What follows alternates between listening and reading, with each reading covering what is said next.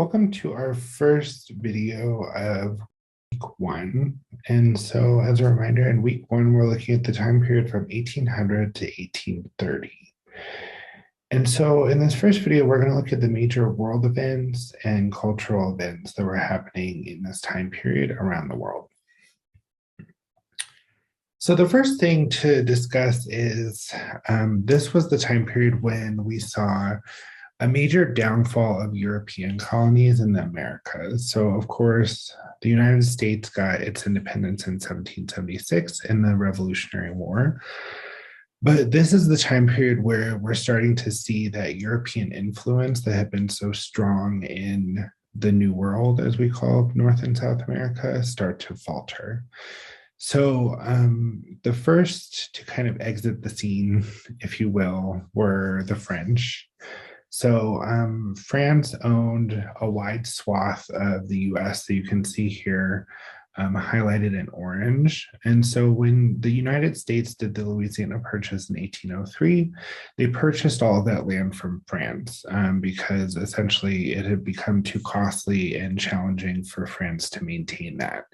Because at the same time, what we had happening in the Caribbean was the Haitian War of Independence. So you may or may not know, Haiti actually was the first and to date only place in the world that slaves actually revolted and were able to win their independence by waging warfare against their captors. So Haiti, as an island colony, was able to expel the French at the beginning of the 1800s. And so while France was occupied dealing with that and dealing with unrest in some of their other colonies throughout the New World, they essentially wanted to get rid of this land that they just essentially didn't have the capacity to maintain anymore. So the United States purchased that from them in 1803 for what today would be considered a very cheap price.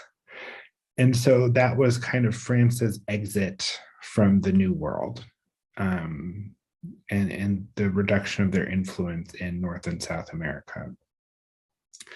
Following that in the 1810s, there were the Latin American Wars of Independence. So in the same kind of time period, Spain essentially had been running all of Central and South America from Mexico on downward.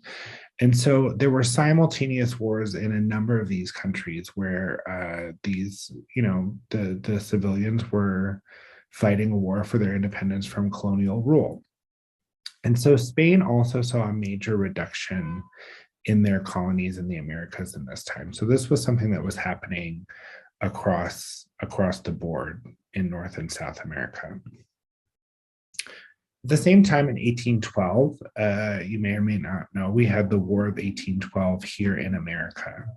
So here on the right, you can see a map of the current in 1812 territory that was included in the United States of America.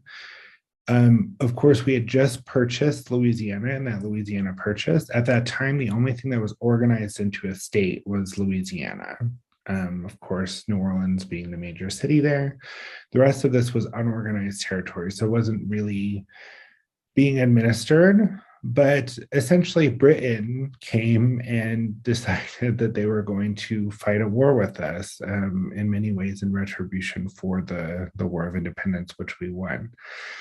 And so you can see these ships here along the coast. Essentially, what happened was Britain used their navy, which at the time was the best navy in the world, and essentially blockaded our entire country. And they blockaded all of our ports. They wouldn't allow ships to go in or out, which was a major issue for us, of course. And so there were also a number of wars or a number of battles that happened on the ground. You can see mainly centered around the border between us and British North America, which is today known as Canada. And so this was a major war that was happening between the British and America during this time period. It lasted about 4 or 5 years, major drain on both countries. And at the same time, in Europe, we had the Napoleonic Empire and wars, which were happening in the 1810s as well. So Napoleon at this point had taken over France. He was the emperor of France. They had exited, like we said, North and South America, and so they were looking to expand their empire on the continent of Europe. So you can see from this map the ways that France was able to expand its territory. Anything you see here in blue and dark blue were areas that they were able to conquer. Things that you see in purple were allies. And then, of course, they were fighting against the countries in red, especially the UK. So Britain was fighting a war on multiple fronts. You had France, which was trying to take over Europe.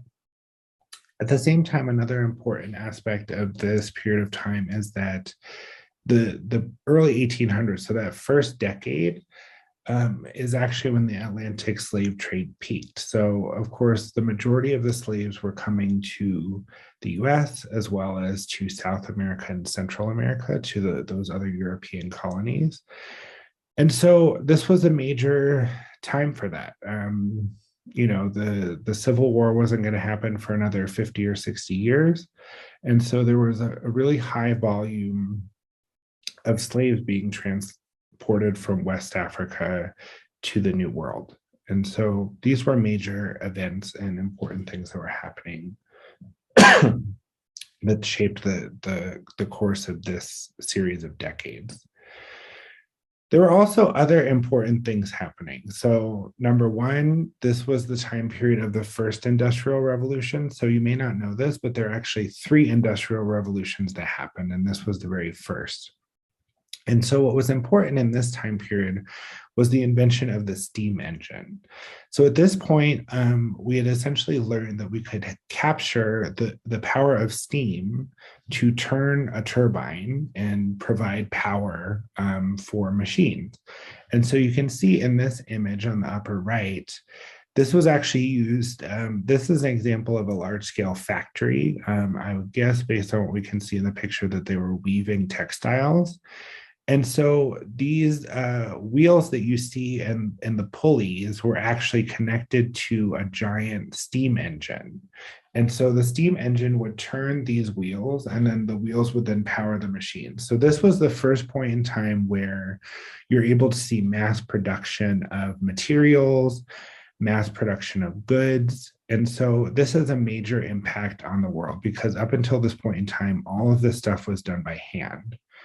Right. And so we're seeing a massive increase in the outputs that we have in industry, and therefore a massive increase in trade.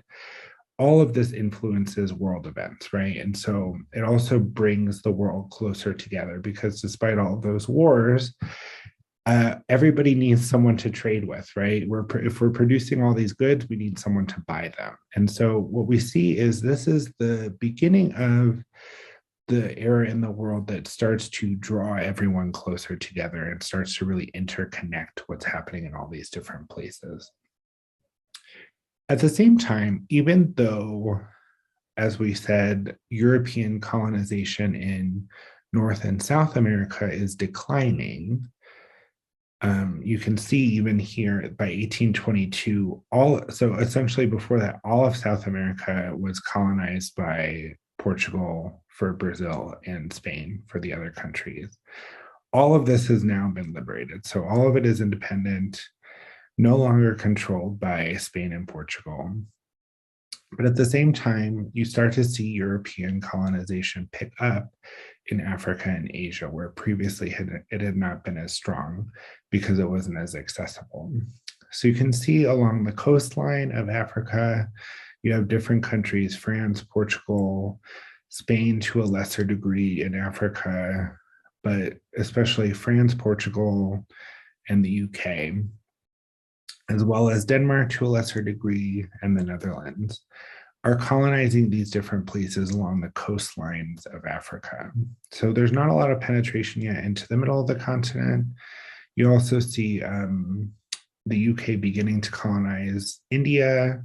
You can see that at this point, the Netherlands have colonized large parts of Southeast Asia, and Australia is also beginning to be colonized. But all of this in its very early stages at this point in time, because previously the focus had been on the New World, North and South America.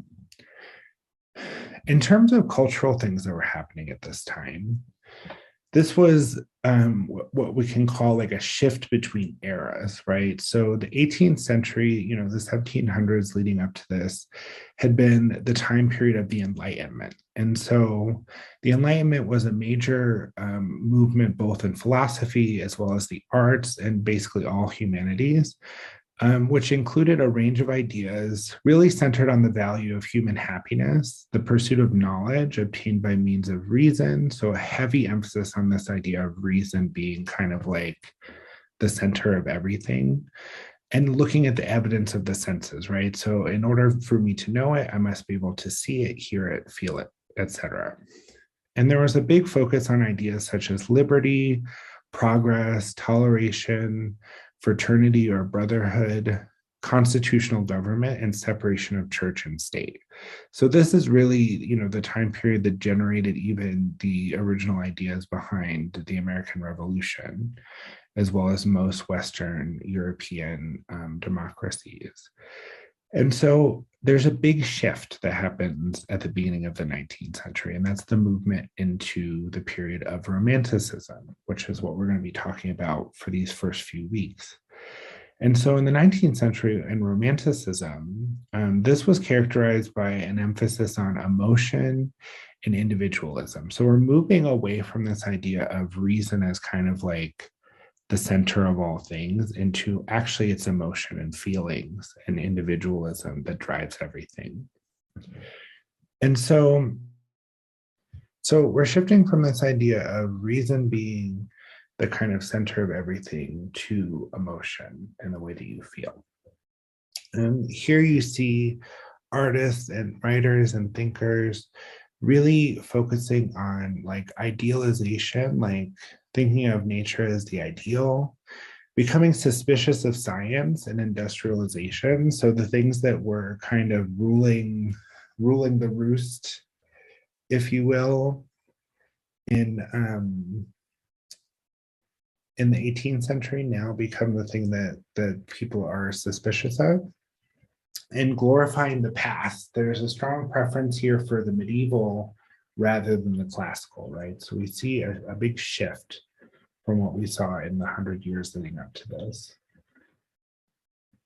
We also see a relaxation of the formal fashions of the 18th century. So in the 17th century, we were still seeing a lot of like the very formal court dress, men wearing powdered wigs, women in like many, many layers, large layered dresses. And so fashion, as you can see here in this picture, becomes more relaxed.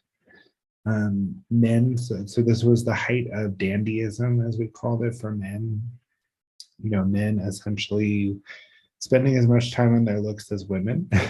And yeah, it's just in general, people were looking more inward and less outward than they had been in the 1700s. We're also, again, when we're talking about the way that the world is becoming smaller and the way that things are coming together, steamboats were on the rise in the 1810s. So we start to see that people can move between different places more quickly. Materials and goods can move between places more quickly.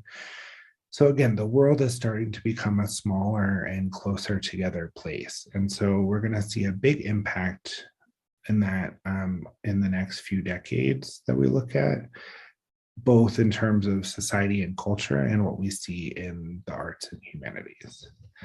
So that's it for major world events and cultural topics. I'll see you in the next video where we're going to talk about the arts and humanities of this time period.